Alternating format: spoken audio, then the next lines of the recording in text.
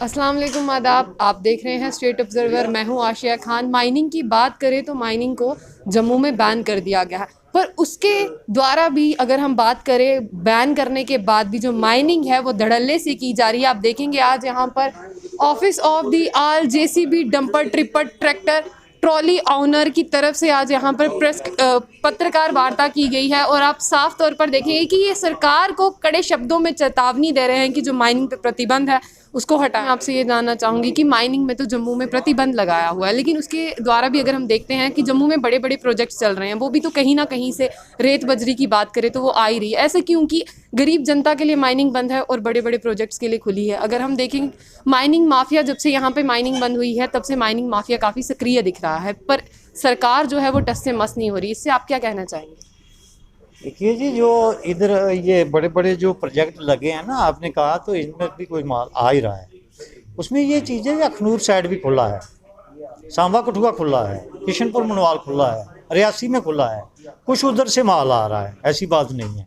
रही बात जो मेन जम्मू सिटी तवी हो गई, जहाँ ये नगरोटा हो गया, चजरकोली हो गई, ये एक सेंट्रल प्लेस है। कम से कम कोई 50 गाँव का ये बंद रखा है। टेंडर इनके हुए हैं, 3 टेंडर हुए हैं, लेकिन अभी तक साल हो गया उनको नहीं खोला गया। लेकिन इन लोगों के साथ बिल्कुल बेइंसाफी हो रही है। कौन हाई कोर्ट में दूसरे कोर्टों में चक्कर लगाता रहे, साल साल गाड़ियां उधर पड़ी रहें। सर, अगर हम वाकई में बात करें, पिछले साल से जो कोरोना चल रहा है, अभी अगर माइनिंग वालों की बात करें तो माइनिंग तो बैन है, लेकिन उसके अनुसार जो आम व्यक्ति है, जिसके ट्रक्स हैं, ट्रॉलीज हैं, टिपर्स हैं, वो तो बंद है, घर पे पड़े हुए हैं। लेकिन उनकी जो ईएमआईज हैं, उनको किस तरह से भरने के लिए उनको कितना कष्ट सहना पड़ रहा है, क्योंकि उनसे ईएमआईज तो ली गई हैं। क्योंकि हमारी काफ़ी बार उनसे बात हुई, उन्होंने कहा कि मोदी जी ने कहा था कि आपसे लोन नहीं वसूला जाएगा, पर हमने लोन दिया है कोरोना वायरस के चलते भी। मैडम जी, उसमें 1% भी हमें सूद में भी फर्क नहीं आया। किस्त को तो छोड़ो, वो तो लेनी है बैंक ने।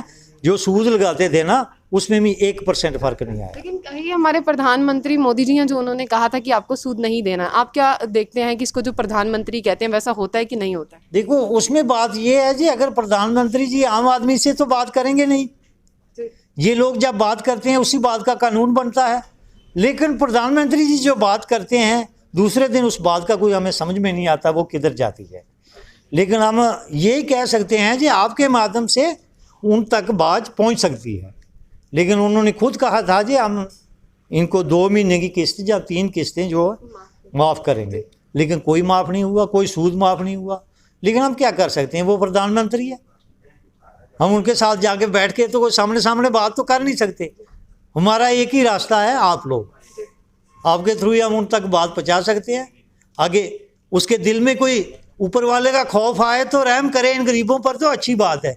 नहीं करे तो चोर भी कोई नहीं है। सर, अगर हम यहाँ पर बात करें तो जो माइनिंग की वजह से लोग भी काफ़ी ज़्यादा परेशान है। वो कहते हैं कि माइनिंग धड़ल्ले से होती है। यहाँ पर अगर हम पुलिस फोर्स की बात करें तो वो भी कहीं ना कहीं तैनात दिखती है। आपको क्या लगता है कि ये जो पुलिस है ये इन पर कार्रवाई क्यों नहीं करती? नहीं सर, धड़ल्ले से कोई मायने नहीं होती, समझी बात। उसमें बात ये है, जो धड़ल्ले वाली बात है वो जो साइन माफिया जो पंजाब के लोग आए हैं वो कर रहे हैं। हमारे लोकल जो है, कोई 100 में 1% को ट्राली लेके चला गया होगा, नहीं तो सब बाहर के लोग हैं।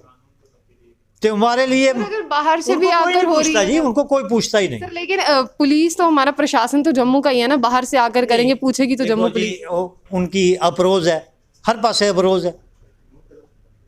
आप देख लो, सब कुछ आपके सामने, आपको नजर भी आ रहा है। शायद पहले कितना ये शराब की दुकान नहीं थी, कितना 10 करोड़ ही आता था ना साल का, अब कितना आया 140। सर, आप साफ तौर पर सरकार को क्या कहना चाहिए? नहीं, सरकार को इसके ऊपर ध्यान देना चाहिए। ये लोगों को अगर ड्यूटी बनाई है, 370 तोड़ा है, तो इन लोगों को साथ जोड़ो, इनसे दूर नहीं करो इनको। जोड़ा नहीं अभी तक उन्होंने? नहीं जोड़ा, कहाँ जोड़ा है? जगह जोड़ा होता था आज हम क्यों आते? कम से कम 100 किलोमीटर से तो मैं आया हूँ।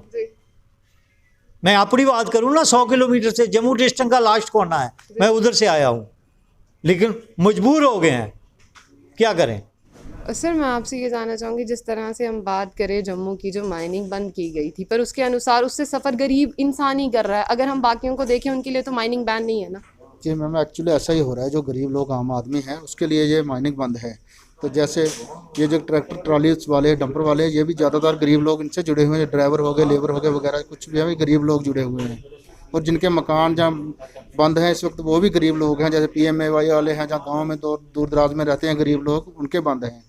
तो एक्चुअली जो ये बड़े बड़े गवर्नमेंट के टेंडर्स लगे हुए हैं, ये काम प्रोजेक्ट बन रहे हैं गवर्नमेंट के, ये तो चल रहे हैं गवर्नमेंट को, तो कोई इससे फ़र्क नहीं है। आम आदमी इससे जो है मुश्किल में, आम आदमी को इसकी मुश्किल हो रही सर, है। आज आपने यहाँ पे पत्रकार वार्ता दी, आप साफ तौर पर कड़े शब्दों में सरकार से क्या मांग करते हैं? हम यही कहते हैं, सरकार से यही गुजारिश करते हैं थ्रू मीडिया LG साहब से, कि ये जो माइनिंग बंद की हुई है, ये माइनिंग जो खोल दी जाए ताकि गरीब लोगों का इनका रोज़गार चल सके और हर आम आदमी को जो है मटेरियल मिल सके, मतलब सेम जो मतलब सस्ते दामों में, जो इनका मतलब अंडर रूल है, जो रॉयल्टी अंडर रूल है, जहाँ जो इसका रेट है उस रेट में इनको मिल जाए।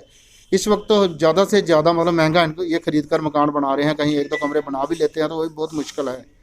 तो इसलिए हम यही मैसेज देना चाहते हैं कि इसको खोला जाए जल्द से जल्द ताकि गरीब लोगों का चूल्हा जल सके। जैसे मैं एक अपने ही रिलेटिव की बात करता हूँ, उसके पास 2 गाड़ियाँ थी, टिप्पर थे। जब से ये बंद हुआ है वो दोनों टिप्पर उसने घर में खड़ी कर दी, क्योंकि वो डरता था, वो ले नहीं जाता। 60,000 रुपया या 85,000 रुपया कहाँ से देंगे, वो वहीं खड़ी खड़ी सड़ गई हैं। तो ना तो वो जल्द खोला जाए। गवर्नमेंट तो कहती है कि जैसे बेरोजगारी कम की जाए है, जैसे हमारी UT J&K में भी आज देखो तो कम से कम लाखों की तादाद वाकई में बेरोजगारी कम हुई है 370 के बाद? नहीं, बिल्कुल नहीं हुई, बड़ी है उसमें, बल्कि उससे बड़ी है।